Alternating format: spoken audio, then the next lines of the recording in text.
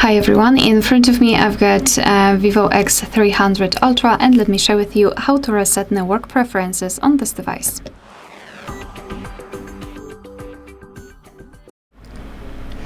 So let's begin with opening the settings, and here we need to scroll all the way down to find the option System Management.